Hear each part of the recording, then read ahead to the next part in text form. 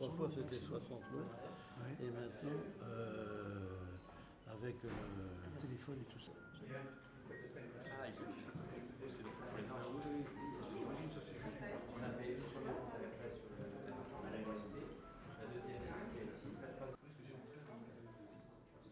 C'est marrant, je pensais quand même que. Voilà, non, mais...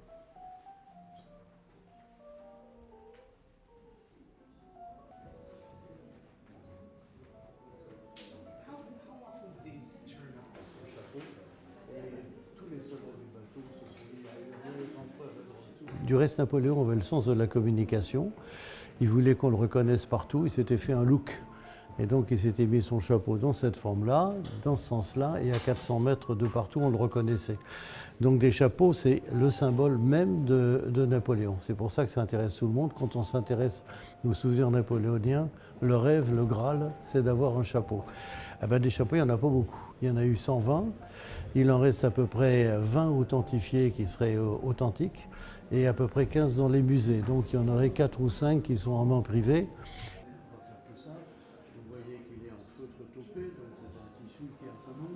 Ce qui fait l'importance du chapeau et sa valeur, c'est la traçabilité. C'est être sûr qu'entre le moment où il a été récolté, donc là c'est 1806, donc 200 ans après, on le suit.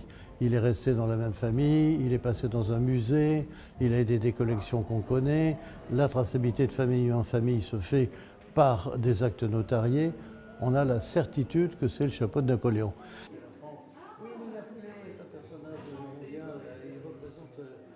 À l'intérieur, là, vous avez une partie renforcée parce qu'il le tenait à la main comme ça tout le temps, puis il le jetait par terre des fois.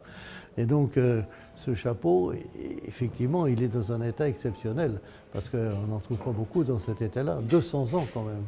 Oui, c'est beaucoup. Vous pouvez rajouter une phrase, s'il vous plaît. Where the way he was wearing the hat was very different from the other person in this period, so he didn't wear it that way. He wear it in that way, so everybody can recognize Napoleon in battlefields, any place at 500 meters from. We say, this is Napoleon. That is why he put this hat, but it's a very simple hat.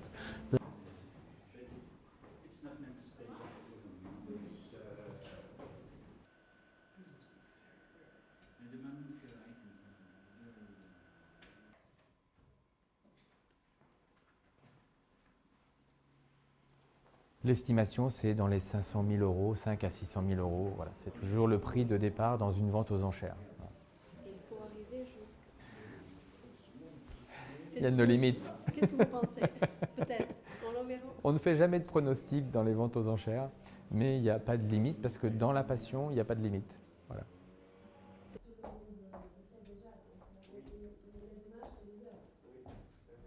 Ça serait un crime de lèse-majesté de toucher et de mettre le chapeau sur sa tête. Donc pour les acheteurs, c'est tellement fort, tellement symbolique. Ça reste, c'est une relique en fait. C'est un peu comme les mouchoirs ou les chemises. On les touche le moins possible, on ne les lave jamais. Et ce qui en fait le caractère très précieux, c'est le fait justement, depuis 200 ans, de ne pas y avoir touché le moins possible. Et c'est pour ça que les acheteurs les mettent souvent dans leur propre musée à eux, sous une vitrine, comme ici.